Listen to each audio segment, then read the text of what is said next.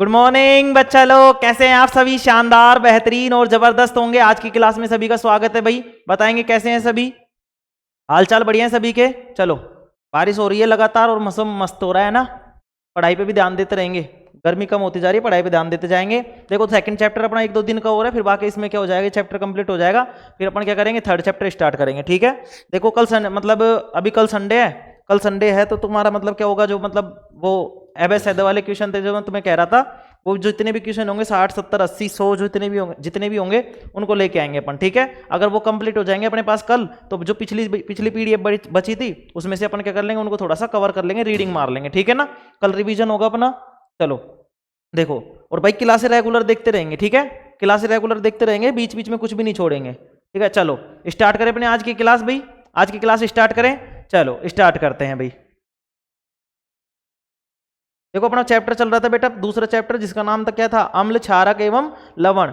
English में बोलते थे एसिड, बेसेस एंड साल्ट्स। ठीक है। तो उसमें अपन ने क्या देखा था कि अम्ल, जो देखो अब रिवीजन करवा रहा हूं, थोड़ा सी स्पीड में करेंगे अपन। ठीक है। काफी दिन हो गए अपन को अब लगातार। ठीक है। रोज की रोज रिवीजन हो रहा है तो अपना मतलब चैप्टर याद होता जाएगा। ठीक है। देखो, मैंने क्या बताया था कि अम्ल क्या है। अम्ल शब्द है वो क्या है, लैटिन भाषा के एसिडस या एसियर शब्द से बना है, जिसका अर्थ क्या होता है बेटा, जिसका अर्थ होता है खट्टा। अर्थात वे पदार्थ जो स्वाद में खट्टे होते हैं वो क्या कहलाते हैं, अम्ल कहलाते हैं। ये क्या करते हैं, जलीय विलयन में H+ आयन देते हैं बेटा। क्या देते हैं, जलीय विलयन में H+ आयन देते हैं। क्या देते हैं, जलीय विलयन में H+ आयन देते हैं।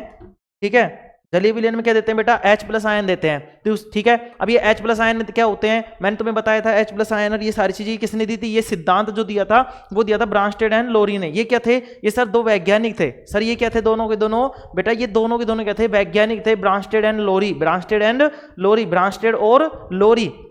ठीक है। इन्होंने क्या बताया, इन्होंने ये बताया कि ऐसे पदार्थ जो जलीय विलयन में H+ आयन देते हैं या H+ आयन देते हैं वो अम्ल कहलाते हैं, और OH- जो आयन देते हैं वो क्या कहलाते हैं बेटा, वो कहलाते हैं हमारे पास क्षार। क्या कहलाते हैं, क्षार कहलाते हैं। ठीक है सर, ये बात तो ठीक है। फिर इन्होंने क्या बताया कि एक जो अम्ल होते हैं वो नीले लिटमस को क्या कर देते हैं बेटा, लाल कर देते हैं। नीले लिटमस को क्या कर देते हैं, लाल। अभी लिटमस शब्द आया तो मैंने लिटमस के बारे में बताया। लिटमस क्या है, लिटमस जल में घुलनशील विभिन्न रंजकों का मिश्रण होता है। लिटमस को थैलोफाइटा समूह के लिचेन या लाइकेन नामक पौधे से प्राप्त किया जाता है। ठीक है। इसके बाद मैंने बताया एक प्राकृतिक सूचक है जो कि मुख्यतः किस रंग का होता है, बैंगनी रंग का होता है। अब ये सूचक की बात आ गई, सूचक क्या होता है, तो सूचक ऐसे पदार्थ होते हैं बेटा जो अम्लीय क्षार के बारे में हमको बताते हैं, अम्लीय क्षार के बारे में हमको बताते हैं। ठीक है। अब ये सूचक कितने प्रकार के होते हैं, सर ये सूचक होते हैं 3 प्रकार के। कौन कौन से, प्राकृतिक होता है, कृत्रिम होता है या संश्लेषी सूचक होता है इसको, और तीसरे को क्या बोलते हैं, गंधीय सूचक। ठीक है। प्राकृतिक सूचक क्या होता है, वे सूचक होते हैं बेटा, वे सूचक जो सीधे ही प्राप्त कर लिए जाते हैं प्रकृति से। कहां से प्राप्त कर लिए जाते हैं, प्रकृति से। देखो इसी में पता चल रहा है, प्राकृतिक का मतलब प्रकृति, जो प्रकृति से प्राप्त होता है ना, तो वे सूचक जो प्रकृति से सीधे ही प्राप्त कर लिए जाते हैं प्राकृतिक सूचक कहलाते हैं। उदाहरण के लिए हल्दी, लिटमस, लाल पत्ता गोभी का रस आदि। ठीक है। अच्छा आगे देखेंगे।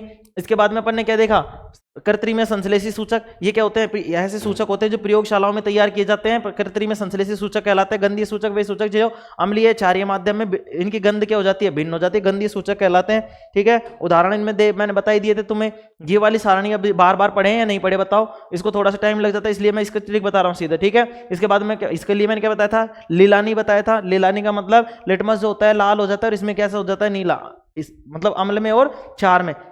लाल पत्ता गोभी के रस में ये लाल हो जाता है, ये हरा हो जाता है। लल्ला बताया था, इसमें इसकी ट्रिक क्या बताई थी, हकला बताया था। हाइड्रेंजिया के फूल में क्या बताया था, हींग बताया था। फिनोलेफ्थेलिन के लिए ट्रिक क्या थी, फिरंगी थी। मेथिल ऑरेंज के लिए मिलाप थी। प्याज के रस के लिए प्रतीक थी। लौंग के तेल के लिए लसक थी, और वैनिला के लिए वैसाख थी। ठीक है। चलो अब हम लोग को मुख्यतः 4 भागों में बांटा गया, प्रबल अम्ल, दुर्बल अम्ल, सांद्र अम्ल और तनु अम्ल। प्रबल अम्ल में H+ आयन क्या देते थे, अधिक मात्रा में देते थे, इसलिए कहते प्रबल अम्ल। H+ आयन अगर कम मात्रा में देते थे तो क्या होता है, दुर्बल अम्ल। सांद्र अम्ल में क्या होती थी, अम्ल की मात्रा अधिक और जल की मात्रा कम होती थी। और तनु अम्ल में क्या होती थी, अम्ल की मात्रा तो कम और जल की मात्रा अधिक होती थी। ठीक है। आगे देखेंगे, आगे अपने पास आया अम्लों के भौतिक गुणधर्म। इसमें अपन ने क्या क्या देखा, इसमें देखा भाई हमने कि अम्ल जो होते हैं स्वाद में खट्टे होते हैं, जलीय विलयन में H+ आयन देते हैं। पीएच स्केल पर वैल्यू कितनी होती है बेटा, 7 से कम होती है। ठीक है। नीले लिटमस को क्या देते हैं, लाल कर देते हैं। और अम्ल जो होते हैं विलयन में क्या करते हैं, विद्युत का जो अम्लीय विलयन होते हैं विद्युत का चालन करते हैं, क्योंकि क्या देते हैं बेटा, H+ आयन देते हैं। क्या देते हैं, H+ आयन उत्पन्न करते हैं। अम्ल प्रकृति में कैसे होते हैं, संक्षारक होते हैं। कैसे होते हैं, संक्षारक। क्षारक क्या होता है? क्षारक जो शब्द है अरबी भाषा के एल्कली शब्द से बना है, जिसका अर्थ क्या होता है? जिसका अर्थ होता है पौधे की राख या कड़वा, अर्थात वे पदार्थ जो स्वाद में कड़वे होते हैं तथा जलीय विलयन में OH- आयन देते हैं क्षारक कहलाते हैं। जल में घुलनशील क्षारकों को ही क्षार कहते हैं बेटा। क्षारक अलग चीज है और क्षार अलग चीज है, ठीक है। कैसे कि जो जल में घुलनशील होता है, जो जल में घुल जाता है, जो जल में घुल जाता है उसको बोलते हैं क्षार, और जो नहीं घुलता उसको बोलते हैं क्षारक। क्या बोलते हैं? क्षारक बोलते हैं। क्षारक क्या कर देते हैं? लाल लिटमस को नीला कर देते हैं। ट्रिक क्या होती है इसकी? छालानी, ठीक है। क्षारकों या क्षारों को क्या करते हैं? लाल लिटमस को नीला कर देते हैं। क्या कर देते हैं? लाल लिटमस को नीला, छालानी, ठीक है। अब देखो क्षारक मुख्यतः दो प्रकार के, प्रबल क्षार और दुर्बल क्षार। जो अधिक मात्रा में OH- आयन देंगे वो क्या हो जाएंगे? प्रबल क्षार। जो कम मात्रा में OH- आयन देंगे वो क्या हो जाएंगे? दुर्बल क्षार। सभी क्षारक जल में घुलनशील नहीं होते हैं, ये बात मैंने बता दी। क्षारकों के भौतिक गुणधर्म स्वाद में कड़वे होते हैं, जलीय विलयन में OH- आयन देते हैं, पीएच स्केल पर 7 से अधिक वैल्यू होती है। वैल्यू कितनी होती है बेटा? 7 से अधिक। क्षार क्या करते हैं? लाल लिटमस को नीला कर देते हैं। और प्रकृति में कैसे होते हैं? संचारक होते हैं। अम्ल भी प्रकृति में संचारक होते हैं। ये क्या करते हैं? जल में विद्युत का चालन करते हैं। क्षार क्या करते हैं? विद्युत का चालन करते हैं। क्षारकों का स्पर्श कैसे होता है? साबुन की तरह मुलायम होता है बेटा। अम्ल एवं क्षारकों के रासायनिक गुणधर्म में अम्ल की अभिक्रिया बताई थी। अम्ल और क्षारक आपस में क्रिया करके लवण व जल बनाते हैं। अम्ल धात्विक ऑक्साइड के साथ अभिक्रिया करके क्या बनाएगा? लवण और जल। क्योंकि धात्विक ऑक्साइड की प्रकृति कैसी होती है? क्षारीय होती है बेटा। कैसी होती है? क्षारीय होती है। कैसी होती है? क्षारीय। अम्ल और धातु आपस में क्रिया करके क्या बनाएंगे? लवण और हाइड्रोजन गैस बनाएंगे। लवण और हाइड्रोजन गैस बनाएंगे। अम्ल धातु कार्बोनेट के साथ क्रिया करके क्या करेगा? अम्ल धातु कार्बोनेट के साथ क्रिया करके लवण, जल और कार्बन डाइऑक्साइड बनाएगा। जहां पे भी कार्बोनेट आ जाएगा अम्ल के साथ अभिक्रिया हो रही होगी, वहां पे क्या बनेगा? कार्बन डाइऑक्साइड बनेगा। अच्छा आगे देखेंगे इसके बाद में अपन ने, इसके बाद में क्षारकों की देखी। क्षारकों में देखो दो तीनों चीजें तो समान है कि इसमें लवण और जल होगा, लवण और जल होगा, लवण इसमें क्या होगा? लवण और हाइड्रोजन गैस। लेकिन यहाँ पे देखेंगे धातु की जगह क्या है? अधात्विक। मतलब अधात्विक ऑक्साइड की प्रकृति कैसे होती है? अम्लीय होती है, इसलिए इसमें कैसे बनेगा? इसमें भी लवण और जल बनेगा। तो यह अभिक्रिया कैसी कहलाती है? लवण और जल बनती है जिनमें, वो कहलाती है उदासीन, ठीक है।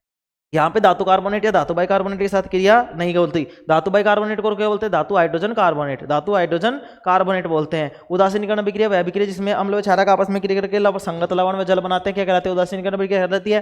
धात्विक ऑक्साइड की प्रकृति क्षारीय और अधात्विक ऑक्साइड की प्रकृति कैसी होती है बेटा? अम्लीय होती है। अम्ल की धात्विक ऑक्साइड के साथ अभिक्रिया में क्या होगा? धात्विक ऑक्साइड कैसा होता है बताओ? क्षारीय प्रकृति का होता है। अम्ल और क्षार आपस में क्रिया करके क्या बनाएंगे? लवण और जल बनाएंगे। अम्ल के धातु के साथ अभिक्रिया में क्या होगा? इसमें हाइड्रोजन गैस निकलेगी, ठीक है, संगत लवण। अब देखो हाइड्रोजन गैस निकलेगी तो उसकी जांच के लिए अपन ने पोप टेस्ट किया था। इसमें क्या किया था? अपन एक परख नली ली थी। परख नली में तनु हाइड्रोक्लोरिक अम्ल ले लो या तनु सल्फ्यूरिक अम्ल ले लो, उसमें हमने जिंक के टुकड़े डाल दिए थे, ठीक है। दोनों में से कोई सा भी अम्ल ले सकते हैं, दोनों में क्या कोई सा भी अम्ल ले सकते हो तुम, ठीक है।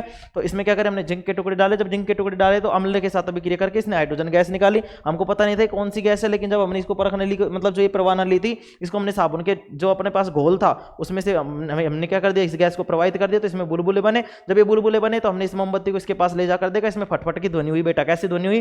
फटफट की ध्वनि हुई। कैसी हुई? फटफट की ध्वनि हुई। और जब फटफट की ध्वनि हुई तो हमको पता चला कि बेटा ये तो हाइड्रोजन गैस है। कौन सी गैस है बेटा? हाइड्रोजन गैस है। अगर हाइड्रोजन गैस है तो हमको पता चल गया कि इसमें कौन सी गैस बन रही थी बेटा? हाइड्रोजन गैस बन रही थी। देखो ये इसका पूरा प्रक्रम लिखवाया हुआ है मैंने। जब किसी अम्ल के साथ धातु की अभिक्रिया कराई जाती है, संगत लवण व हाइड्रोजन गैस बनता है। इस गैस का परीक्षण करने के लिए पोप टेस्ट काम में लिया जाता है। अभिक्रिया की अवधि के दौरान जब हम जलती हुई मोमबत्ती इस गैस के पास ले जाते हैं तो फटफट की ध्वनि उत्पन्न होती है। यह पोप ध्वनि कहलाती है। और यह पोप ध्वनि यह बताती है कि यह जो उत्पन्न गैस है वो कैसी है बेटा? हाइड्रोजन गैस है। कौन सी गैस है? हाइड्रोजन गैस है। आगे देखेंगे अम्ल की धातु कार्बोनेट धातु बाइकार्बोनेट के साथ अभिक्रिया तो क्या बनेगा? संगत लवण, जल और कार्बन डाइऑक्साइड गैस बनेगी, ठीक है। आगे देखेंगे, ये उदाहरण थे, ठीक है। देखो ये कार्बन डाइऑक्साइड गैस की जांच के लिए अपन ने क्या किया था भाई? कार्बन डाइऑक्साइड गैस थी, इसको हमने क्या किया? इसको पैदा करने के लिए हमने एक सोडियम बाइकार्बोनेट या सोडियम कार्बोनेट का लवण और सोडियम कार्बोनेट लिया, ठीक है। सोडियम कार्बोनेट मतलब कोई सा भी कार्बोनेट, धातु कार्बोनेट या धातु बाइकार्बोनेट, ठीक है। अपन ने यहाँ पे कौन सा लिया था? सोडियम कार्बोनेट लिया था। कौन सा लिया था? सोडियम कार्बोनेट लिया था। और इसकी जांच अपन ने कैसे की थी कि जब हमने इसकी क्या करवाई बेटा? धातु कार्बोनेट की जब हमने अम्ल के साथ क्रिया करवाई, किसके साथ क्रिया करवाई? अभिक्रिया करवाई भाई हमने।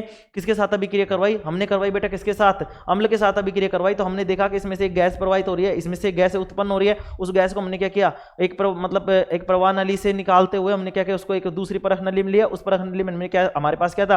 चूने का पानी था। चूने का पानी क्या था? हल्का सफेद था, हल्का सफेद था। लेकिन जैसे हमने उस गैस को प्रवाहित किया तो वो कैसा हो गया? दूधिया रंग का हो गया बेटा। क्या हो गया? दूधिया रंग का हो गया। मतलब वो क्या बन गया? कैल्शियम कार्बोनेट बन गया। लेकिन हमने अधिक मात्रा में अगर उस गैस को देते रहे, जो ये कार्बन डाइऑक्साइड गैस बनी थी बेटा, इसको अगर हमने लगातार दिया तो बेटा वो जो दूधिया पानी था वो कैसा हो गया, दूधिया पानी था वो कैसा हो गया, बिल्कुल कैसा हो गया, दूधिया पानी और ज्यादा दूधिया हो गया। उसने क्या बना लिया, कैल्शियम, मतलब क्या बना लिया था उसने, बताओ क्या बना लिया था, कैल्शियम बाइकार्बोनेट बना लिया था, CaHCO3 का होल ट्वाइस बना लिया था। और ये CaHCO3 का होल ट्वाइस था, ये जल में घुलनशील था, जबकि CaCO3 जल में घुलनशील नहीं था, कैल्शियम कार्बोनेट जल में घुलनशील नहीं था। ठीक है, इसके बाद में देखो भाई, इसके बाद में अपन ने इस टेस्ट के लिए इस तरीके से लिया था। इसमें क्या था, अपने पास सोडियम हाइड्रोक्साइड का विलयन था। ठीक है, इसमें परख नली में अपन ने क्या डाला था भाई, इसमें अपन ने इसमें क्या था, अपने पास चूने का पानी था, इसमें से क्या बनी थी, गैस बनी थी। इस गैस को इसमें से प्रवाहित किया, कैसा हो गया, दूधिया रंग का हो गया था। आगे देखेंगे बेटा, और इस परख नली में अभिक्रिया जो हुई अपन ने यहाँ पे लिखी थी। ठीक है, देखो आगे देखेंगे, ये चूना पत्थर, मतलब इसको चूना पत्थर क्या बोलते हैं, लाइम स्टोन बोलते हैं, खड़िया बोलते हैं। ठीक है, या फिर संगमरमर बोलते हैं। ये कैल्शियम कार्बोनेट के रूप है, इनका सूत्र क्या होता है, CaCO3 होता है। ठीक है, क्षारकों की धातु के साथ अभिक्रिया में क्या होगा, क्षारक धातु संगत लवण और क्या बनाएंगे, हाइड्रोजन गैस बनाएंगे। क्षारकों के धात्विक ऑक्साइड कैसे होते हैं, अम्लीय होते हैं, तो ये आपस में क्रिया करके क्या बनाएंगे, संगत लवण व जल बनाएंगे। पीएच के बारे में बात की थी, मतलब ये क्या होता है, पोटेंस ऑफ हाइड्रोजन या पावर ऑफ हाइड्रोजन, अर्थात हाइड्रोजन की शक्ति, अर्थात विलयन में H+ आयन की सांद्रता। ठीक है, H+ आयन की सांद्रता का मतलब है कि इससे हम पता लगा सकते थे कि कितना अम्ल है कितना क्षार है। इसका मतलब यहाँ पे सीधा समानुपाती नहीं है, ध्यान से सुन लेंगे। ठीक है, पीएच की परिभाषा देखो, ध्यान से सुनेंगे, जो H+ आयन है वो क्या होता है, पीएच के व्युत्क्रमानुपाती होते हैं। जितना ज्यादा H+ आयन की सांद्रता होगी, पीएच का मान उतना ही कम होगा। देखो पीएच की परिभाषा में मैंने बताया था, पीएच किसी विलयन के 1 लीटर में उपस्थित H+ आयन की सांद्रण का क्या होता है, व्युत्क्रम का लघु गुणक होता है। सांद्रण व्युत्क्रम का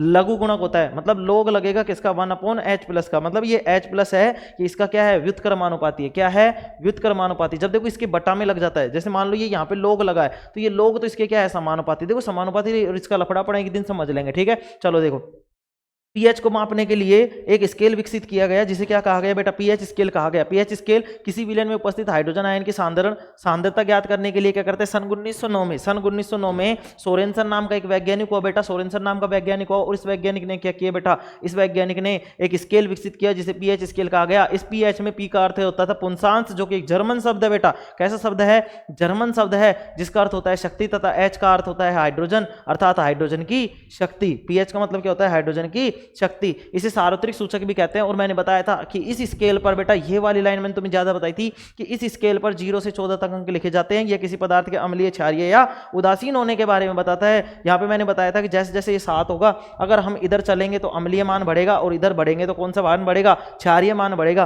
देखो अम्ल, जैसे बढ़ती हुई अम्लीयता कब बढ़ेगी, जब H+ आयन की सांद्रता में वृद्धि होगी। अगर H+ आयन की सांद्रता में वृद्धि होगी तो अम्लीयता में भी वृद्धि होगी, लेकिन पीएच के मान में क्या हो जाएगी बेटा, कमी हो जाएगी। पीएच के मान में क्या हो जाएगी, कमी। जबकि इधर देखो बढ़ती हुई क्षारीयता थी, OH- आयन की सांद्रता में वृद्धि, और क्या हो रही थी, पीएच के मान में भी क्या हो रही थी बेटा, वृद्धि हो रही थी।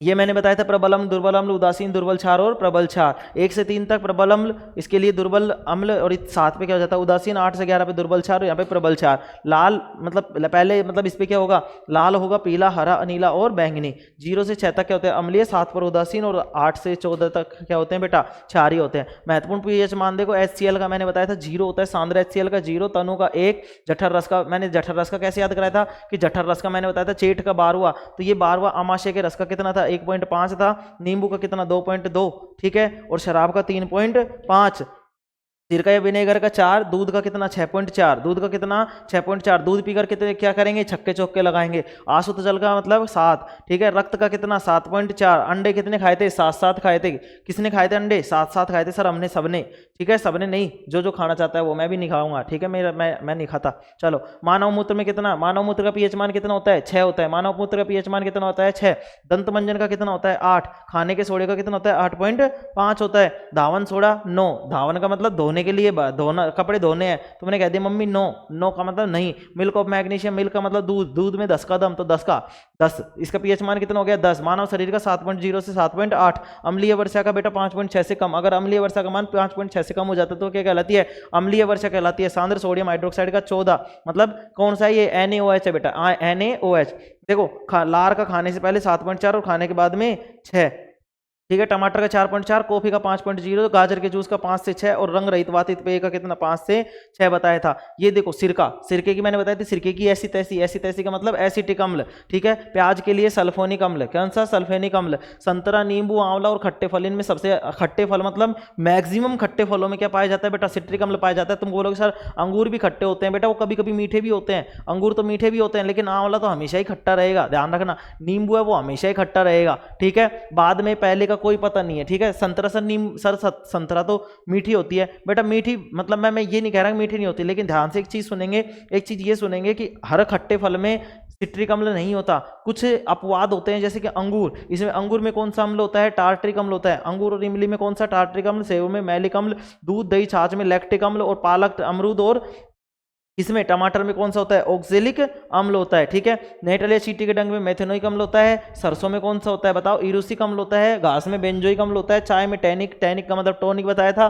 नारियल के लिए मैंने बताया था लोरी, लोरी में भर के लेके जाएंगे नारियल को तो लोरिक अम्ल होता है। अमाशय के रस में कौन सा होता है, HCl होता है बेटा। पेट में, पेट में कैसा होता है, HCl होता है। हाइड्रोक्लोरिक अम्ल होता है। सोडा वाटर में कार्बोनिक अम्ल होता है। इसके बाद में नेटल के बारे में बताइए। नेटल एक शाकीय पादप होता है, जिसमें क्या होता है, जिसके पत्तों में क्या होते हैं, डंकनुमा बाल होते हैं। डंकनुमा क्या होते हैं बेटा, डंकनुमा बाल होते हैं। क्या होते हैं, डंकनुमा बाल होते हैं, जो कि क्या करते हैं, जो अगर गलती से छू लिए जाएं तो उनमें कैसा दर्द होता है, डंक जैसा दर्द होता है। ये बाल या डंक मेथेनोइक अम्ल छोड़ते हैं, जिससे जलन होने लगती है। इसके इलाज के लिए डोक के पौधे की पत्ती को काम में रगड़कर काम में लिया जाता है। मानव शरीर के पीएच की बात की थी हमने। मानव शरीर का पीएच मान 7.0 से 7.8 के बीच कार्य करता है और इसी परास में कार्य करता है। अगर इसी परास में अगर कार्य नहीं करेगा, अगर 7 से कम हो गया, मान लो 2 हो गया, 3 हो गया, 1 हो गया, ठीक है, और या फिर 7.8 से ज्यादा हो गया, मान लो 14 हो गया, 15, 14 हो गया, 10 हो गया, मतलब 13 हो गया, 15 तो होता ही नहीं है। ठीक है।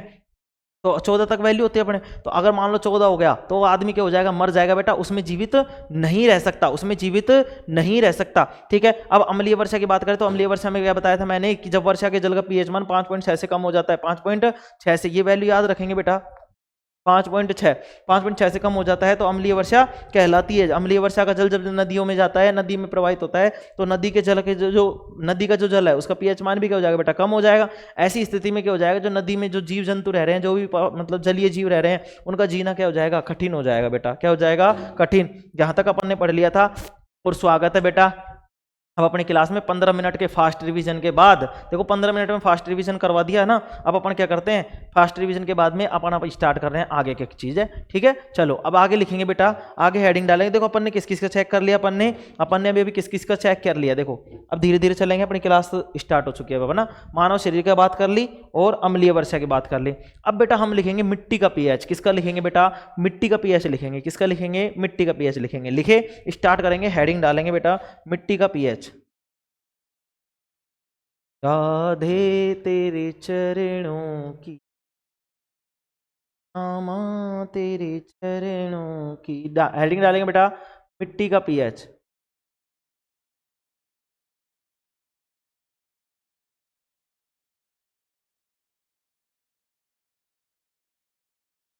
मिट्टी का,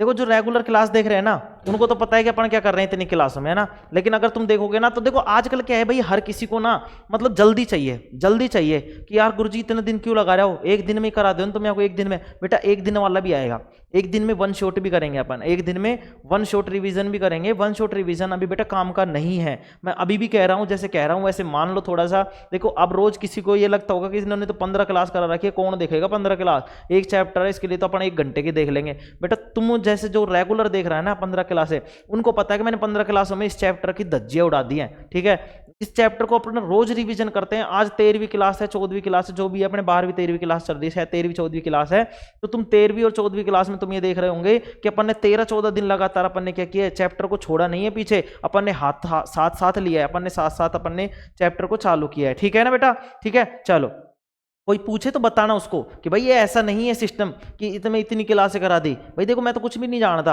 अगर अपना 10 दिन में भी मान लो, 15 दिन में, 20 दिन का मान लो, ठीक है, 20 दिन का एक मान लो चैप्टर, ठीक है, 13 दूना 26, जब भी 260 दिन हो रहे हैं, और 260 दिन नहीं, मैं बेटा उससे पहले ही फ्री कर दूंगा, क्योंकि कुछ चैप्टर होंगे जिनमें तो अपन को 3-3, 4-4 दिन ही लगेंगे। ठीक है ना, उनमें अपन को क्या है, थोड़ा सा टाइम ज्यादा नहीं लगेगा। अब देखो पहला चैप्टर में अपन को 20 क्लासें लगी, 20 क्लासों की समथिंग हो जानी है। क्यों हो जानी है, क्योंकि बेटा उसमें मतलब अपने पास ऑप्शन ही नहीं था। ठीक है, इसमें भी 15 एक क्लासें हो जाएंगी, ठीक है। थर्ड चैप्टर में कम लगेगा, क्यों? क्योंकि अपन उनका आधी चीजें तो यहीं पे पढ़ चुके हैं, ठीक है। धातु के अम्ल के साथ अभिक्रिया, तो अम्ल है उसमें क्या है, धातु है, तो हम उसमें क्या करेंगे, धातु के क्षारक के साथ अभिक्रिया, धातु के अम्ल के साथ अभिक्रिया, वो अपन ने यहाँ पढ़ ली है। बहुत सारी चीजें अपन ने पढ़ ली है बेटा। तो उसमें क्या होगा, सक्रियता श्रेणी देखो, सक्रियता श्रेणी अपन ने पहले ही पढ़ डाली। तो मैंने वो चीजें क्यों कराई, मैंने सीक्वेंस में कराई है, ताकि आपको ये पता रहे, जैसे ये नहीं रहे कि इसको बाद में पढ़ेंगे तो अभी क्यों, अब इसमें से कैसे पता करें। मैंने वो सारी चीजें कराई हैं जो डाउट में होती है ना तुम्हारे, जो तुम्हारे डाउट लगता है कि भाई ये डाउट होता है। देखो ऐसा नहीं है, मैं यहाँ पे ऐसे उठ के नहीं आया ना, ऑफलाइन पढ़ाया है, ऐसी बात नहीं है, ऑफलाइन अच्छे तरीके से पढ़ाया है और बहुत बढ़िया तरीके से, है ना, बहुत बढ़िया तरीके से। क्या मतलब समझ लो तुम, कैसे बताऊं तुम्हें, चलो तुम्हें नहीं बता सकता कि कैसे किस तरीके से, ठीक है। बैठने के लिए जगह भी नहीं होती थी। चलो अब चलो स्टार्ट करें भाई, मिट्टी का पीएच। अब देखो मिट्टी का पीएच का मान क्या है, मतलब कैसे समझो, मिट्टी भाई फसल होती है, ठीक है। अब इसमें क्या होता है, कई बार अपने मिट्टी का जो पीएच मान होता है वो कम हो ज्यादा होता रहता है, कम ज्यादा होता रहता है। अब कभी तो क्षारीय हो जाती है, कभी अम्लीय हो जाती है। बेटा क्या हो जाती है, क्षारीय अम्लीय। अब सर क्षारीय अम्लीय हो जाती तो होने दो, क्या दिक्कत है? बेटा नहीं दिक्कत है। दिक्कत क्या है कि जो अपने फसल होती है ना, अच्छी फसल के लिए क्या होना चाहिए, पीएच का मान फिक्स होता है कि इतना पीएच मान होना चाहिए। अगर उससे कम या ज्यादा पीएच मान हो जाता है ना, तो फसलें बेटा उतनी ग्रोथ ही नहीं कर पाती, उतनी बढ़ ही नहीं पाती। क्या, फसलें बेटा उतनी बढ़ ही नहीं पाती, बढ़ ही नहीं पाती। अगर मान लो कि जैसे तुमने बाजरे की फसल बोई और मान लो अम्लीय मतलब जो पीएच मान है उसमें कोई दिक्कत आ गई, अगर पीएच मान में दिक्कत आ गई, कुछ ऐसी मतलब दिक्कतें आने लग गई, मतलब पीएच मान अगर मान लो कम या ज्यादा हो गया, तो तुम क्या देखोगे, तुम ये देखोगे बेटा जो बाजरे का पौधा था, जो भी पौधा अपन ने पेड़ लगाए थे, बाजरे की फसल बोई थी, उसकी जो पौधे हैं उनकी ग्रोथ ही नहीं हुई, या फिर उनमें कुछ और रीजंस हो गए, या फिर वो मतलब पौधा ही नहीं बढ़ पाया, उसमें बाजरे की बाल ही नहीं आई। बहुत सारे रीजंस हो जाते हैं, बहुत सारी चीजें हो जाती हैं, ठीक है। अब सर आपको कैसे पता कि होता है नहीं होता? बेटा मैं ये कहना चाह रहा हूं, ये मत समझो कि आपने मैंने रिसर्च की है या फिर कुछ हो रहा है, नहीं। मैं ये कहना चाह रहा हूं कि जब अम्ल का मान बेटा कम या ज्यादा हो जाएगा ना, तो फसल पे प्रभाव पड़ेगा, फसल पर बुरा प्रभाव पड़ेगा। प्रभाव नहीं, प्रभाव तो दो तरीके के, अच्छे और बुरे। तो कौन सा प्रभाव पड़ेगा बेटा? बुरा प्रभाव पड़ेगा, ठीक है। तो इसका पीएच मान क्या होना चाहिए, मिट्टी का पीएच मान भी थोड़ा सा निर्धारित रहता है। क्या होता है? निर्धारित होता है। चलो इसमें लिखते हैं और फिर इसको थोड़ा सा समझते हैं, ठीक है। चलो लिखेंगे, हेडिंग डालेंगे, अच्छी फसल, इसमें डाल देना हेडिंग, तो लिखेंगे अच्छी फसल के लिए पौधों का, देखो इसमें लिखेंगे अच्छी फसल के लिए, अच्छी, जल्दी जल्दी लिखेंगे, अच्छी फसल के लिए, अच्छी फसल के लिए पौधों को, अच्छी फसल के लिए पौधों को एक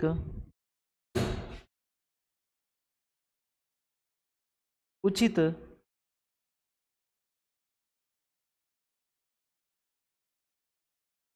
पीएच परास की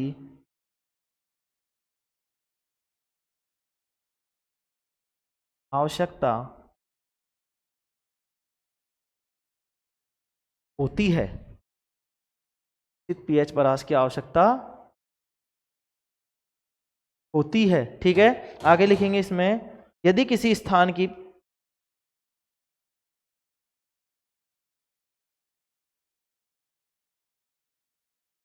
लिखेंगे इसमें, यदि किसी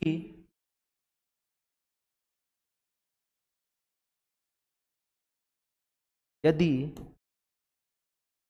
किसी स्थान की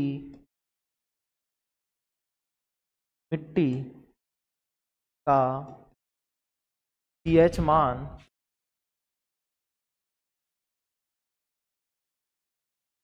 कम या ज्यादा हो जाता है, तो अच्छी फसल के लिए पौधों को एक उचित पीएच परास की आवश्यकता होती है। यदि किसी स्थान की मिट्टी का पीएच मान कम या ज्यादा हो जाता है, तो हम उसमें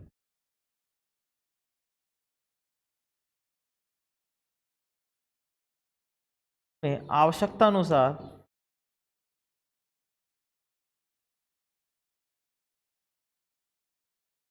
उसमें आवश्यकता अनुसार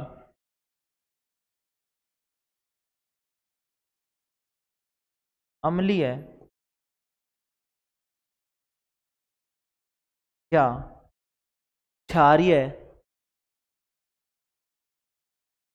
पदार्थ मिलाते हैं।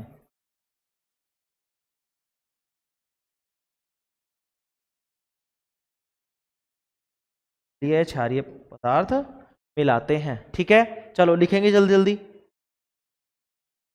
जल्दी जल्दी लिखेंगे भाई, जल्दी जल्दी लिखेंगे।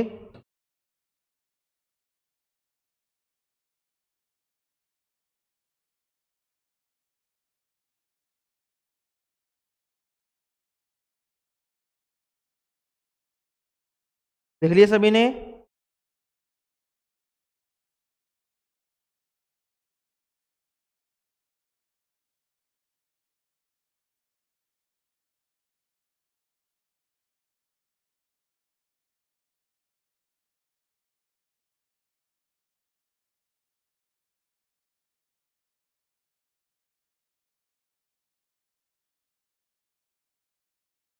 चलो लिखेंगे आगे, चलो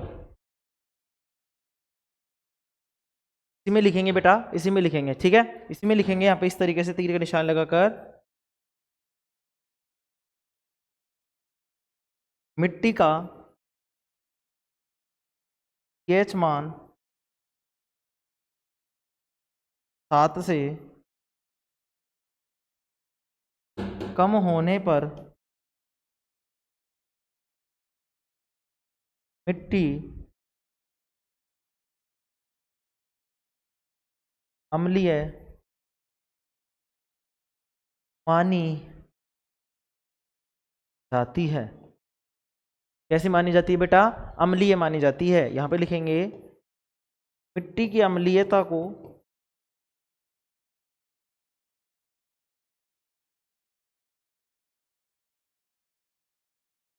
को दूर करने के लिए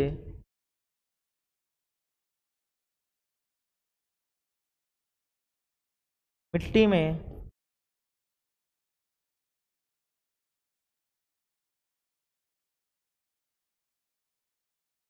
चूना मिलाया जाता है। क्या मिलाया जाता है बेटा? चूना मिलाया जाता है। चूना मिलाया जाता है। ठीक है, चूने का मतलब क्या है बताओ? चूने को क्या बोलते थे अपन? चूने को बोलते थे बेटा कैल्शियम कार्बोनेट, CaCO3। क्या बोलते थे? CaCO3 बोलते थे। ठीक है, चलो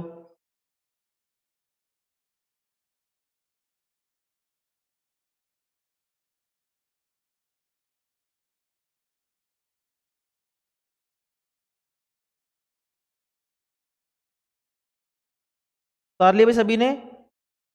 अब लिखेंगे, हेडिंग डालेंगे, अगली हेडिंग डालेंगे। भाई देखो इसमें तो कुछ समझने का है नहीं भाई। मिट्टी का पीएच मैंने बता दिया। कई बार मिट्टी क्या हो जाती है? अम्लीयता बढ़ जाती है, कभी क्षारीयता बढ़ जाती है, अम्लीयता कम हो जाती है, क्षारीयता कम हो जाती है, कुछ भी हो जाता है। ठीक है, तो हम उसकी क्या करवाते हैं बेटा? जांच करवाते हैं। कहाँ पे जांच करवाते हैं बेटा? कहाँ पे जांच करवाते हैं? जहाँ पे भी कृषि विभाग होता है, जहाँ भी मतलब हर गाँव में या हर शहर में, मतलब जो जहाँ पे भी मतलब कृषि विभाग होता है ना, वहाँ पे क्या करते हैं वो मतलब जांच करते हैं मिट्टी की, है ना। तो किसी को जांच करवानी तो अपने खेत की मिट्टी को भरेंगे थैली में, ठीक है, उसको लेके जाएंगे, वो वहाँ पे चेक कर देंगे भाई अम्लीयता इसकी पीएच मान इतना है, इतना नहीं है। अब देखो मिट्टी के पीएच के बारे में बात करेंगे तो अच्छी फसल के लिए बेटा, अच्छी फसल के लिए अगर तुमको अच्छी फसल चाहिए, ट्रैक्टर भर भर के फसल चाहिए, तो अच्छी फसल के लिए पौधों को क्या होती है?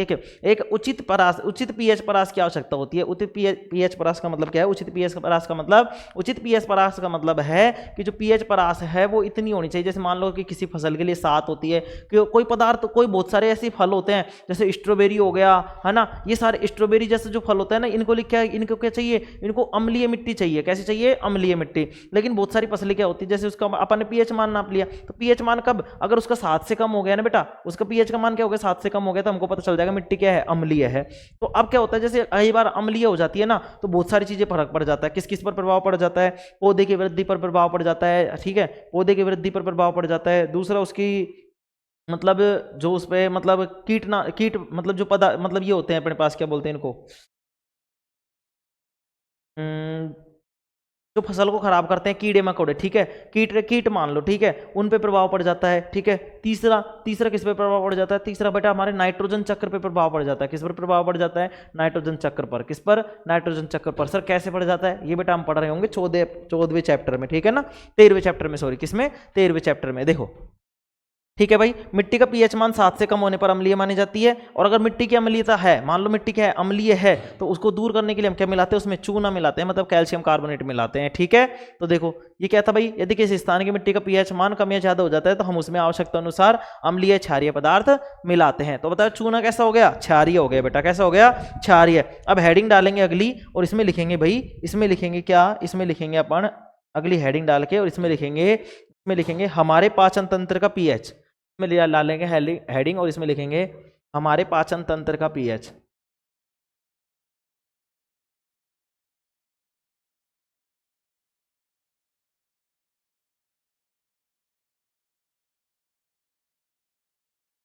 ठीक है, अब इसमें लिखेंगे बेटा, इसमें क्या लिखेंगे, हमारे पाचन तंत्र के पीएच में क्या है भाई, समझो।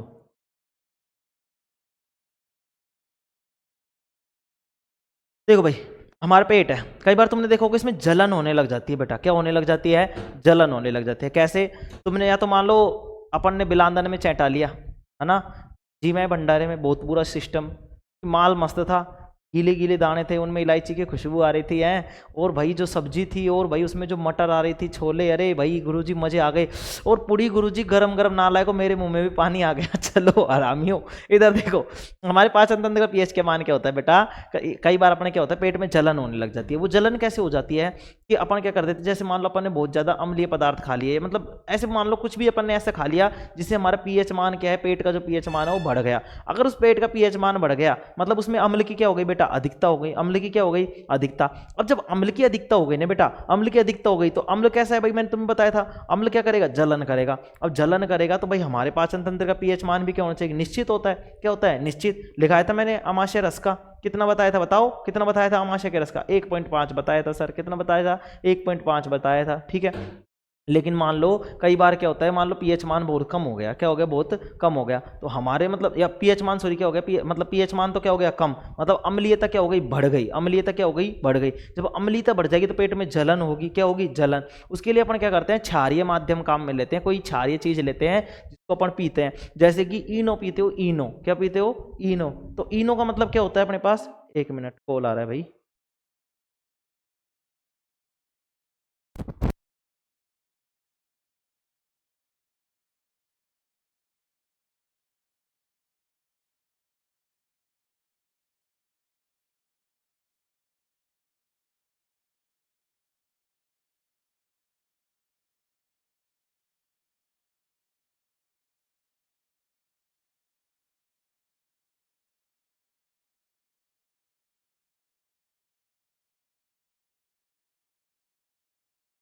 ठीक है, तो अब भाई क्या हो गया, पीएच मान की बात हो गई। अब क्या होता है, हमारे पेट का पीएच मान क्या होता है, कभी कभी कभी क्या हो जाता है, पीएच मान कम हो जाता है। पीएच का मान कम होने का मतलब है हमारे पेट में अम्लीयता का मान बढ़ जाता है। अम्ल की क्या हो जाती है, अधिकता हो जाती है बेटा, अम्ल की क्या हो जाती है, अधिकता। और जब अम्ल की अधिकता हो जाती है ना बेटा, जब अम्ल की अधिकता हो जाती है तो पेट में जलन होने लग जाती है। अच्छा ये बताएंगे अब सभी कि पेट में अम्ल कौन सा पाया जाता है, बताओ पेट में कौन सा अम्ल पाया जाता है। मैंने बताया था तुम्हें, हाइड्रोक्लोरिक अम्ल। कौन सा, हाइड्रोक्लोरिक अम्ल पाया जाता है। हमारा जो पेट होता है उसमें HCl पाया जाता है, क्या पाया जाता है, HCl पाया जाता है। ठीक है, तो इसमें लिखेंगे हमारे पाचन तंत्र का पीएच, इसमें लिखेंगे हमारे पाचन तंत्र का पीएच, तो इसमें लिखेंगे, ठीक है, पाचन तंत्र का लिख दो, या फिर इसमें क्या लिख दो, हमारे अमाशय का पाचन, अमाशय का पीएच। इसमें लिखेंगे हमारा उदर, उदर का मतलब क्या है भाई, पेट। ठीक है, तो इसमें लिखेंगे हमारा पेट, तो कुछ और ले लेते हैं, रेड रेड नहीं, इसी से चलता है। देखो इसमें लिखेंगे हमारा उदर या हमारा पेट। ठीक है, हमारा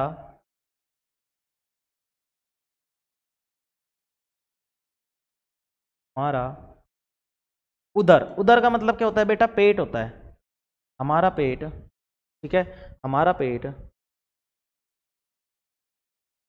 हमारा उदर या पेट,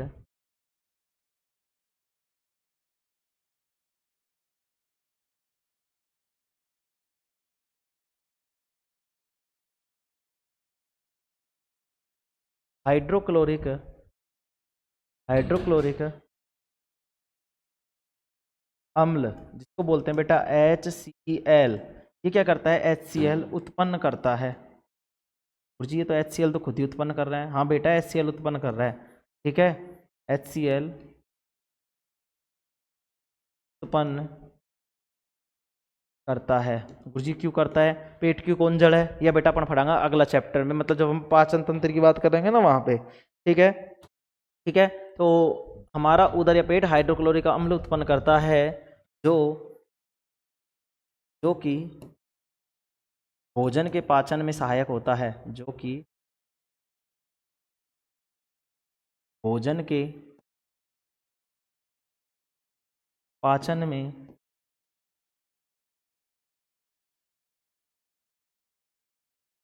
सहायक होता है। भोजन के पाचन में क्या होता है बेटा? सहायक होता है। अपच की स्थिति में, अपच की स्थिति का मतलब जब तुम्हारे पचता नहीं है ना, घर वाले कहते हैं ना बेटा तेरे पचेगा नहीं, है ना, तो लिखेंगे इसमें अपच की स्थिति में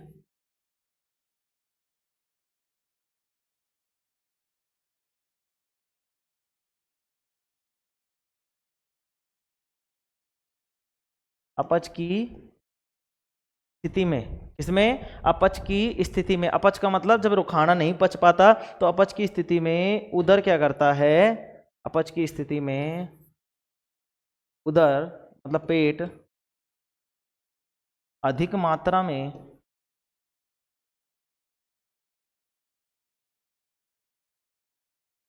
अधिक मात्रा में, देखो भाई, जब क्या हो जाती है अपच की स्थिति हो जाती है, तो हमारा पेट हाइड्रोक्लोरिक अम्ल, देखो पहले तो क्या होता है हाइड्रोक्लोरिक अम्ल उत्पन्न करता है। ठीक है, तो क्या हो जाता है भाई कि अब मान लो हमारा पेट है, ठीक है, ये क्या उत्पन्न करता है? HCl। क्यों करता है बेटा? जो भोजन को पचाना होता है ना, जब भोजन को तोड़ना होता है, तो अम्ल क्या करता है? अम्ल क्या करता है? उस काम को आसान बना देता है, और ये सारा पाचन का काम कौन करता है? अम्ल करता है। तो क्या करिए भाई अपन ने, हमारा उदर या पेट ठीक है हाइड्रोक्लोरिक अम्ल उत्पन्न करता है, जो कि भोजन पाचन में क्या होता है? सहायक होता है। अपच की स्थिति में उदर या पेट अधिक मात्रा में अम्ल उत्पन्न करता है। अम्ल क्या करेगा बेटा? उत्पन्न करता है, करता है, क्या करता है? अम्ल उत्पन्न करता है। क्या करता है? अधिक मात्रा में अम्ल उत्पन्न करता है, जिसके कारण हमारे उदर में, जिसके कारण हमारे पेट में, के कारण, इसके कारण हमारे पेट में दर्द या जलन होने लगती है। ठीक है, दर्द या जलन होने लगती है। ठीक है, इस दर्द से मुक्त होने के लिए, यहां पे लिखेंगे इस तरीके से तीर लगा के, इस दर्द से,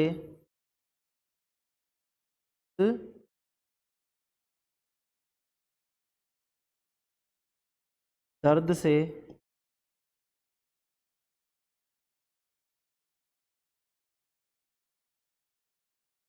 मुक्त, ठीक है दिख रहा है, इस दर्द से मुक्त होने के लिए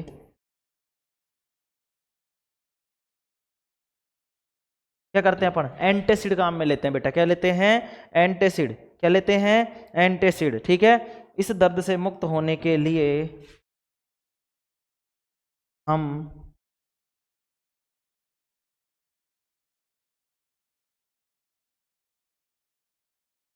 एंटासिड जैसे कारकों को काम में लेते हैं, कारकों को काम में लेते हैं। के क्षारकों का उपयोग किया जाता है, लिख लेंगे क्षारकों का, एंटासिड जैसे क्षारकों का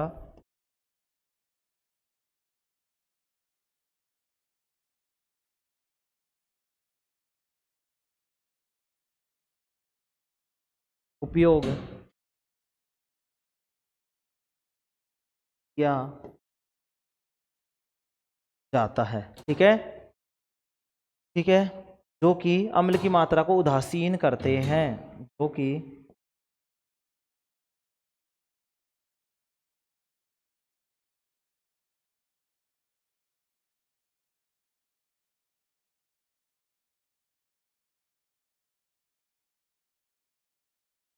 जो कि अम्ल की मात्रा को उदासीन करते हैं, जो कि अम्ल की मात्रा को क्या कर देते हैं बेटा, उदासीन कर देते हैं। ठीक है,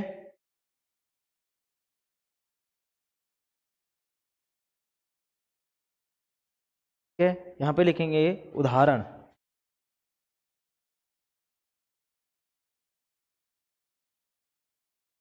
ठीक है, तो लिखेंगे उदाहरण में मिल्क ऑफ मैग्नीशिया।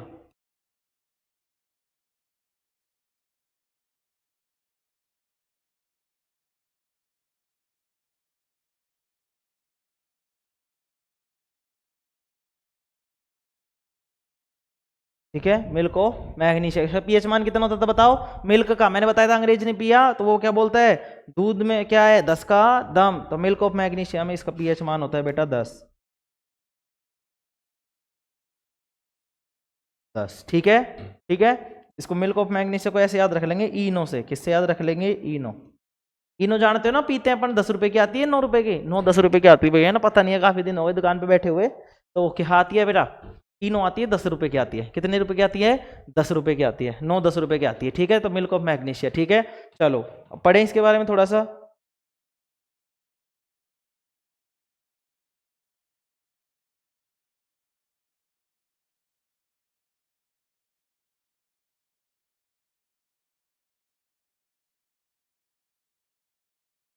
ठीक है, चलो आगे देखो, अब इसको समझा देता हूँ थोड़ा सा, 1 मिनट टाइम देख लो, अभी तो 40 मिनट हुए हैं, अरे बहुत कराऊंगा तो मैं नाला को आज तक कंप्लीट कर दूंगा। देखो हमारे पाचन तंत्र का पीएच का मतलब क्या है बेटा, हमारे पाचन तंत्र का पीएच मतलब जब हम पेट में कुछ खाते हैं, पेट का पाचन तंत्र का मतलब है जो पेट है भाई, यहाँ पे तो आता है पाचन तंत्र, ये अपना श्वसन तंत्र होता है, पूरे में जो घूम रहा है वो क्या है, ब्लड मतलब रक्त प्रवाह मतलब रक्त परिसंचरण तंत्र है। तो अपन को क्या करना है, पाचन तंत्र के बारे में पढ़ना है, मतलब इस पेट के बारे में पढ़ना है, किसके बारे में पढ़ना है, इस पेट के बारे में। इस पेट का ही तो सवाल है, ये पापी पेट क्या क्या करवाता है पता नहीं, मुझसे तो नहीं करवा रहा भाई, भगवान की कृपा है, जय हो जय हो, है ना। देखो इधर नालायक हो, हमारे पाचन तंत्र का पीएच का मतलब क्या है, जब हमारा पेट होता है भाई, हमारा जो पेट होता है वो हाइड्रोक्लोरिक अम्ल उत्पन्न करता है, क्या करता है, हाइड्रोक्लोरिक अम्ल उत्पन्न करता है, जो कि भोजन के पाचन में क्या होता है, सहायक होता है, मतलब भोजन पचाने में उसमें क्या हो जाती है, आसानी हो जाती है, भोजन को पचाने में वो सहायता करता है। अब देखो सॉरी भाई, दूसरा अब क्या होता है, अपच की स्थिति। अपच की स्थिति का मतलब मैंने तुम्हें बताया, तुमने चैटा दिया भंडारे में बिलांदन, बिलांदन का मतलब इतना, इतना का मतलब यहाँ तक आ जाए तुम्हारा, है ना, यहाँ तक आ जाए तो कोई दिक्कत कौन, तुमने कहा गुरुजी तो बाद में सब सेट कर देंगे, अभी तो चलवा दिया हूँ, है ना। तो तुमने क्या इतना खा लिया मान लो, अब यहाँ तक आ गया, अब यहाँ तक आ गया तो तुम्हारे पचेगा नहीं, क्योंकि पाचन तंत्र में पहुंचा ही नहीं, पहुंचा है क्या तुम्हारे पाचन तंत्र में, नहीं पहुंचा। इसमें क्या होता है, अब तुम्हारे भोजन पचेगा नहीं तो अपच की स्थिति हो जाएगी, और जब अपच की स्थिति हो जाएगी तो पेट का काम तो क्या है भाई, पेट का काम तो क्या है, अम्ल को देते रहना, अम्ल देता रहेगा वो, जब वो अम्ल देता रहेगा, अम्ल देता रहेगा तो अम्ल की मात्रा क्या हो जाएगी, अधिक हो जाएगी, अम्ल की मात्रा क्या हो जाएगी, अधिक। जब अम्ल की मात्रा अधिक हो जाएगी तो पेट कह देगा भाई मेरे बस की बात नहीं है, मेरे बस की बात नहीं है इतने अम्ल को संभालना, अब मैं क्या करूं, तो भाई पेट में क्या होने लग जाती है, जलन होने लग जाती है, क्या होने लग जाती है, जलन होने लग जाती है, भोजन पचा नहीं, दर्द भी होने लग जाता है, तो दर्द भी होने लग जाती है और जलन भी होने लग जाती है। तो अब गुरुजी क्या करे, अब क्या करे, तो भाई मोह को पता कौन, तुमने भंडारा में जी में तुमको पता, मोह को पता कौन, फिर भी मैं बता दे, चलो तुम आदमी पढ़ाई हो, चलो तो क्या करे, अब भाई पेट अधिक मात्रा में क्या करेगा, अम्ल उत्पन्न करेगा, जिसके कारण हमारे पेट में क्या होने लग जाती है बेटा, जलन होने लग जाती है, दर्द होने लग जाता है। अब इस दर्द से मुक्त होने के लिए, अब ये जो दर्द है ना बेटा, ये जो दर्द है, इस दर्द से मुक्ति पाने के लिए, हे भगवान इस दर्द से मुक्त करो, इस दर्द से हमको दूर हटाओ, तो हम क्या करते हैं, एंटासिड। एंटासिड का मतलब होता है बेटा, एंटासिड एक तरीके के क्षारक पदार्थ होते हैं, क्या होते हैं, क्षारक पदार्थ। तो हम क्या करते हैं, एंटासिड का मतलब ऐसी दवाइयां होती हैं, ऐसी दवाइयां होती है जो हम क्या करते हैं, जो हमारे पेट में जाकर क्या करती है, मतलब अंदर जाकर, ठीक है, जैसे एंटीबायोटिक हो गई, एंटीबायोटिक का मतलब बाहर लगाकर, ठीक है, एंटीबॉडी अलग हो, एंटीबॉडी रक्त में होती है, ठीक है। अब ये क्या है अपने पास, एंटासिड। तो ये एंटासिड क्या करती हैं, इनको इनको एंटासिड जैसे क्षारकों का अपन क्या करते हैं, उपयोग करते हैं। अब क्षारकों का उपयोग करेंगे तो ये अम्ल जो पेट में ज़्यादा बन रहा था उसकी मात्रा क्या हो जाएगी, कम हो जाएगी, उसकी मात्रा क्या हो जाएगी, कम। क्यों, क्योंकि ये क्षारक जो भेजेंगे वो अम्ल के साथ क्रिया करके क्या बनाने का, लवण और जल बना लेगा, तो हमारे जो पेट का दर्द था वो क्या हो जाएगा, ठीक हो जाएगा। अब इसके लिए अपन क्या काम में लेते हैं, इसके लिए अपन काम लेते हैं बेटा मिल्क ऑफ मैग्नीशिया, जिसको क्या इसका पीएच मान कितना होता है बेटा, 10 होता है। उदाहरण के लिए मैंने इनो लिखा है समझाने के लिए, किसको लिखा है, किसके लिए लिखा है मैंने, समझाने के लिए लिखा है बेटा, ठीक है। चलो आगे बढ़ें, आगे बढ़ें, ठीक है। ये देखो किसी कंपनी का प्रचार प्रसार नहीं है बेटा ना, यहाँ पे कोई कंपनी का प्रचार प्रसार नहीं है, तुम्हें अच्छे से समझ में आ सके इसके लिए मैंने ये चीज लिखी है, ठीक है। चलो आगे बढ़ें, चलो आगे लिखेंगे भाई इसमें पीएच परिवर्तन के कारण दंत क्षय, पीएच परिवर्तन के कारण दंत क्षय, ठीक है। आगे हेडिंग डालेंगे, देखो पीएच के वही चल रहे हैं भाई, दैनिक जीवन में भी होगा ना। अब लिखेंगे पीएच परिवर्तन के कारण दंत क्षय, हेडिंग डालेंगे भाई,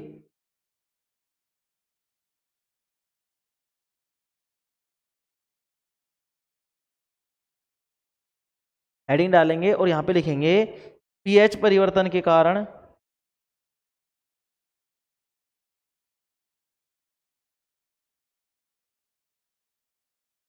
पीएच परिवर्तन के कारण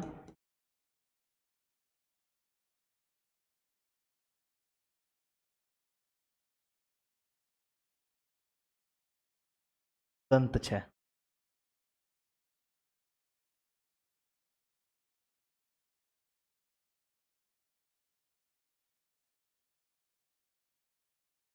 पीएच परिवर्तन के कारण दंत क्षय, ठीक है। अब इसमें क्या होगा बेटा, कई बार अपन क्या करते हैं, देखो तुमने क्या देखा होगा, चलो जाने का ट्राई करते हैं, आज हो जाएगा थोड़ा सा तो चलो।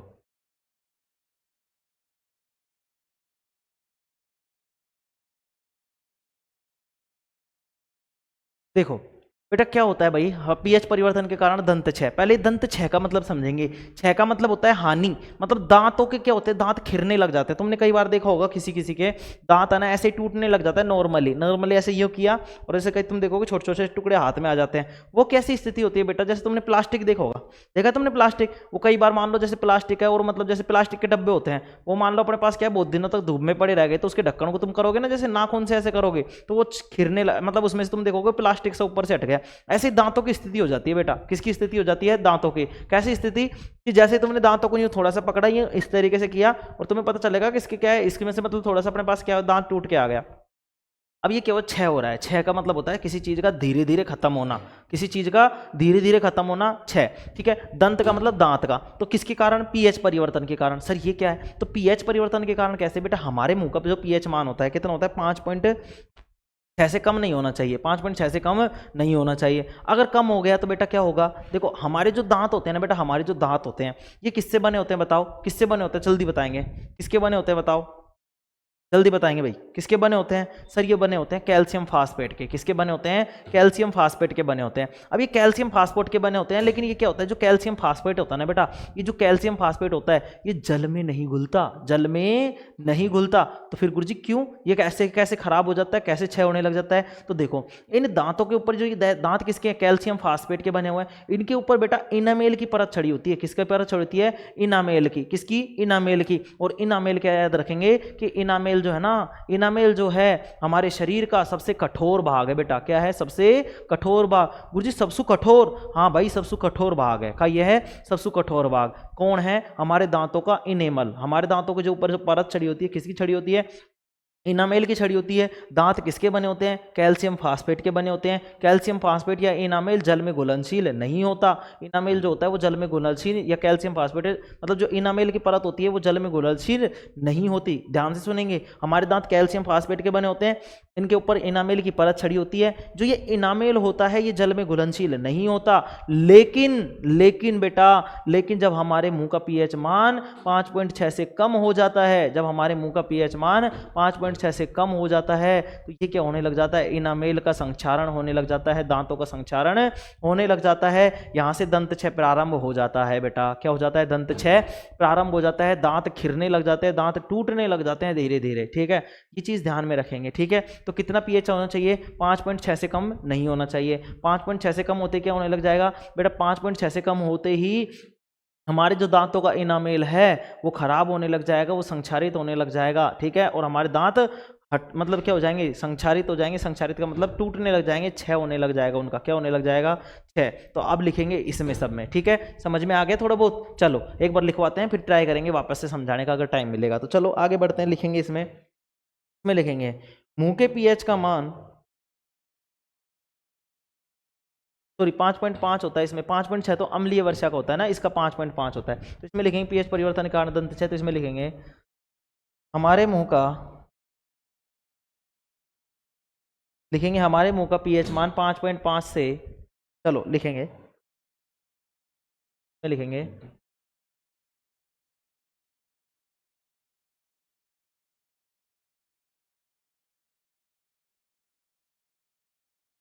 हमारे मुंह का पीएच मान, हमारे मुंह का पीएच मान 5.5 से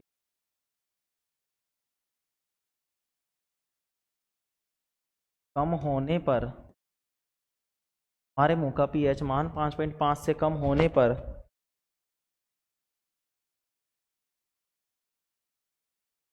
दंत क्षय प्रारंभ हो जाता है। प्रारंभ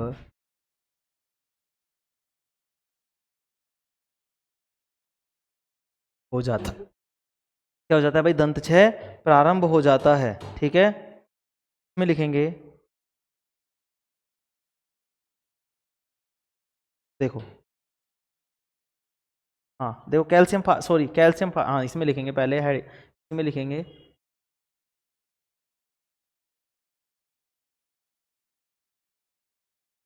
हमारे दांतों, देखो भाई हम, मैं तो गलत बोल दिया था मैंने, कैल्शियम फास्फेट का तो क्या होता है अपने पास इनामेल होता है। ठीक है, दांत जो किसके, दांत किसके होते हैं? कैल्शियम के, ऐसे समझ लेंगे। ठीक है, गलती हो गई थी, चलो कोई बात नहीं, सॉरी भाई उसके लिए ना। चलो लिखेंगे हमारे दांतों का, हमारे दांतों का इनामेल, इनामेल को बोलते हैं दंतवलक। हिंदी में क्या बोलते हैं बेटा? दंतवलक बोलते हैं। क्या बोलते हैं? दंतवलक। हमारे दांतों का इनामेल दंतवलक कैल्शियम फास्फेट का बना होता है।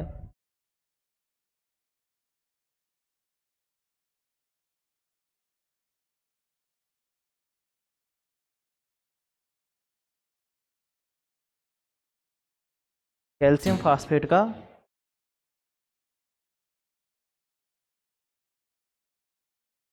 बना होता है। ठीक है, बना होता है, जो कि जल में घुलनशील नहीं होता। ठीक है, कैल्शियम फास्फेट का होता है, इसमें और लिखेंगे, एक मिनट, एक लाइन और लिखेंगे, होता है जो कि हमारे शरीर का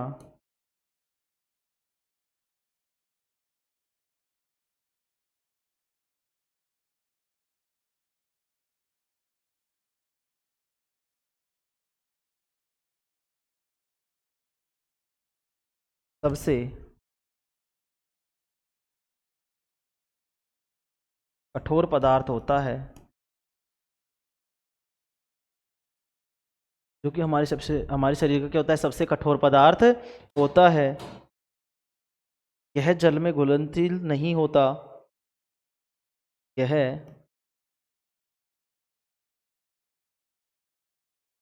जल में, यह जल में नहीं घुलता। यह जल में नहीं घुलता, लेकिन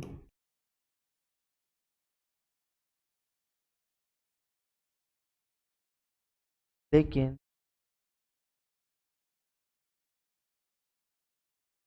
मुंह का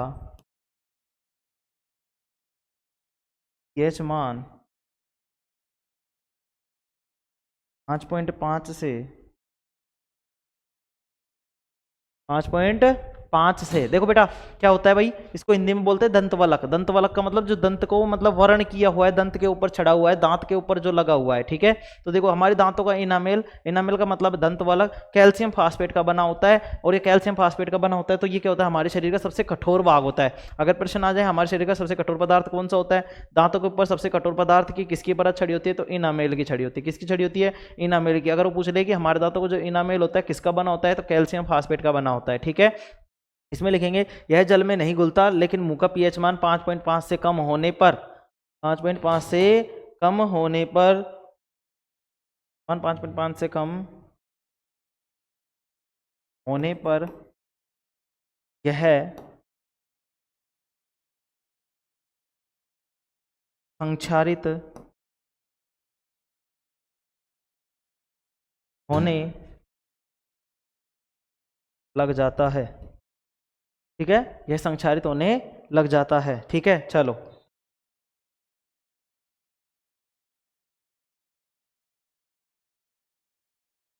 ठीक है, अब लिखेंगे इसमें दंत क्षरण से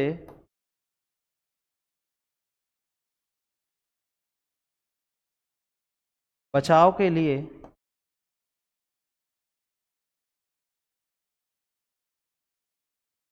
हम क्षारीय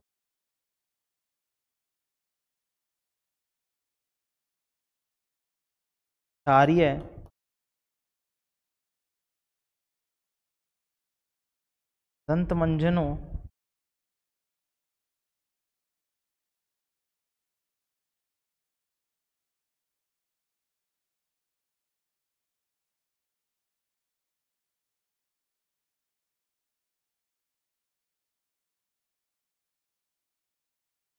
दंत क्षरण से बचाव के लिए हम क्षारीय दंत मंजनों का उपयोग करते हैं, ठीक है, करते हैं, जिससे कि से अम्ल की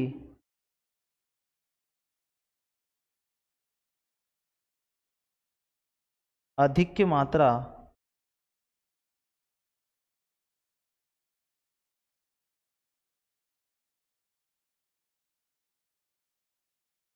उदासीन हो जाती है।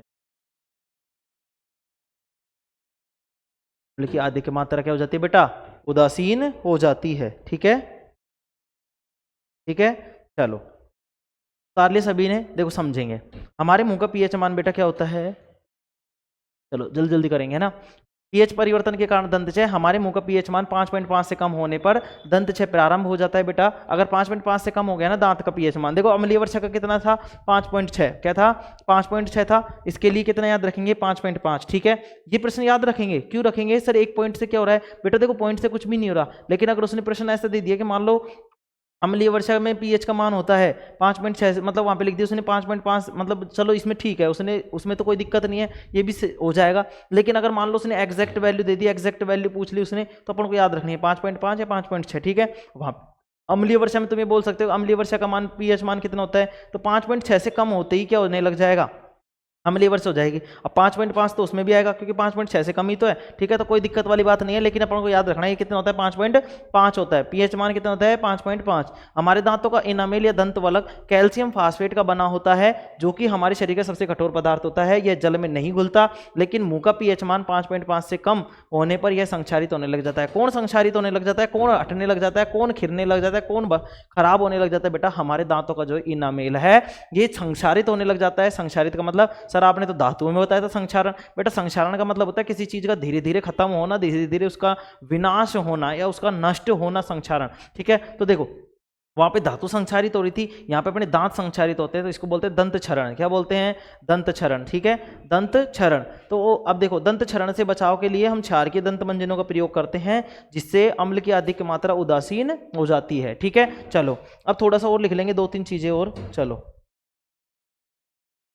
हेडिंग डालेंगे अब इसमें। अब हेडिंग कुछ भी नहीं डालनी चाहिए, हेडिंग मत डालो, और अब तुम जल्दी जल्दी लिख लो थोड़ा सा ये। ठीक है, क्या लिखना है, ये नॉर्मली चीज़ है भैया ना, देखो इससे लिखाऊं, इससे लिखा दूं, इससे लिख लेते हैं। चलो ठीक है, लिखते हैं अपन यहाँ पे इस तरीके से, अम्लीय लवण। ठीक है, अम्लीय लवण,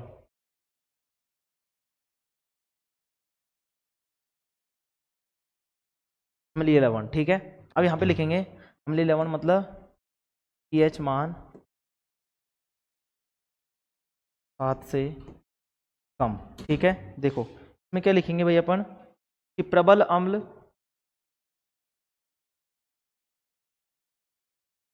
प्लस में प्रबल क्षार, सॉरी प्रबल अम्ल और दुर्बल क्षार। ठीक है, प्रबल अम्ल और दुर्बल क्षार ये मिलकर क्या बनाएंगे भाई, ये बनाएंगे अम्लीय लवण। ठीक है, प्रबल अम्ल प्लस में प्रबल अम्ल, सॉरी प्रबल अम्ल दुर्बल क्षार, चलो छोड़ो दूसरा लिखेंगे इसमें, प्रबल अम्ल और दुर्बल क्षार मिलकर क्या बनाएंगे? अम्लीय लवण। दूसरा, जल्दी जल्दी लिखेंगे भैया ना, टाइम होने वाला अपना। देखो टाइम भाई इसलिए देखता हूँ, मुझे पढ़ाने में कोई दिक्कत नहीं है, पढ़ने को 2-2 3-3 घंटे पढ़ लो, कोई दिक्कत नहीं है, लेकिन थोड़ा सा क्या होता है, क्लास होती है 9:15 बजे सर की ऑनलाइन। अगर कोई 12वीं क्लास में हो ना भाई तो बता देना, उसकी मैथ की क्लासेस चल रही है ना, 2-3 प्रश्नावली हो चुकी, तीसरी स्टार्ट हो चुकी मैट्रिक्स। चलो अम्लीय लवण हो गया, अब लिखेंगे इसमें क्या लिखेंगे बताओ, क्या लिखेंगे? क्षारीय लवण लिख लेंगे।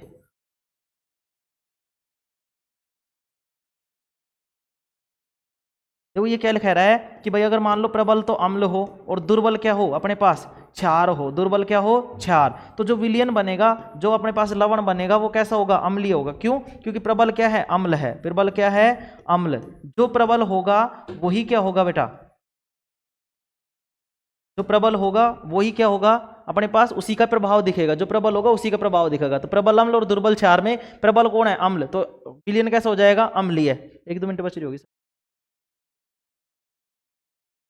देखो अब, देखो अब इसमें क्या था भाई, अब इसमें क्या लिखेंगे बताओ? इसमें क्या लिखेंगे सर? यहाँ पे लिखेंगे अपन क्या? दुर्बल तो अम्ल होगा, अम्ल तो क्या होगा? दुर्बल, ठीक है। और क्षार कैसा होगा? प्रबल। अब बताओ कैसा लवण बनेगा? कैसा लवण बनेगा सर? जो प्रबल है उसी का लवण बनेगा। तो प्रबल कौन सा यहाँ पे? क्षार। तो कैसा हो जाएगा? क्षारीय लवण।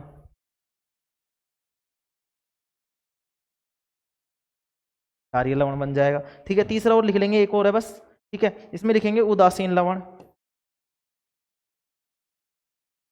देखो 4 कंडीशन बनती है और मैंने चारों करवा दी, ठीक है। उदासीन लवण, पीएच मान 7, ठीक है। इसमें लिखेंगे, क्या लिखेंगे इसमें? इसमें लिखेंगे कि प्रबल अम्ल प्लस में प्रबल क्षार, ठीक है। ये क्या बनाएंगे? उदासीन लवण।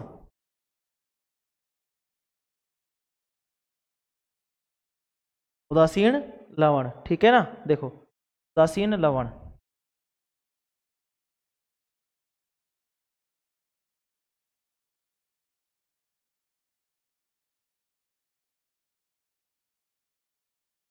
उदासीन लवण, ठीक है। यहाँ पे क्या होगा? जैसे मान लो दूसरी कंडीशन क्या हो? दूसरी कंडीशन ये हो सर कि दुर्बली तो अम्ल हो और दुर्बली क्षार हो।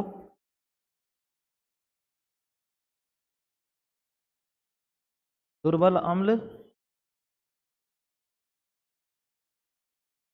प्लस में दुर्बल क्षार, ठीक है। तो ये बनेगा अपने पास क्या? उदासीन बनेगा। ये भी क्या बनेगा? उदासीन लवण बनेगा।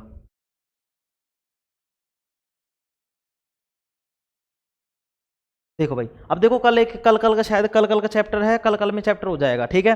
उसमें क्या बनेंगे अपन? क्या पढ़ेंगे उसमें? साधारण नमक से बनने वाले रसायन, ठीक है। और चैप्टर कंप्लीट हो जाएगा। एक क्लास उसमें लेंगे जिसमें अपन क्या करेंगे? इसके चैप्टर को मतलब निकलवा देंगे, जो भी अंदर के क्वेश्चन होंगे सारा चैप्टर उसमें पढ़ लेंगे एक दिन की क्लास में, ठीक है ना। ठीक है, चलो अब इसमें क्या करना है? देखो हो गया ना भाई तुम्हारा ये सारा। अब ये चीज याद रखनी है थोड़ा सा, कई बार वो पूछ लेगा कि प्रबल अम्ल और दुर्बल अम्ल मिलकर क्या बनाएंगे? तो अम्लीय। जो प्रबल होगा, जिसमें मतलब मान लो दम होगा, जिसमें दम होगा वही तो काम का होगा ना भाई। जिसमें दम होगा वही तो अपन प्रभाव दिखाएगा। तो जो प्रबल होगा वही देखो यहाँ पे प्रबल क्या था? अम्ल। तो लवण कैसा बना? अम्लीय। यहाँ पे यहाँ पे अम्ल को, ये क्षार क्या था? प्रबल। तो कैसे बनेगा? क्षारीय लवण। अब प्रबल अम्ल और प्रबल क्षार उदासीन लवण, और दुर्बल अम्ल दुर्बल क्षार उदासीन लवण। अब दोनों ही दुर्बल है तो बेचारे क्या करेंगे? दोनों ही प्रबल है तो क्या करेंगे? एक दूसरे के प्रभाव को नष्ट कर देंगे और अपने पास क्या बना लेंगे? उदासीन लवण बना देंगे, ठीक है। समझ में आ गया सभी को? चलो आज के लिए इतना ही काफी। Thank you all of you, take care, love you all.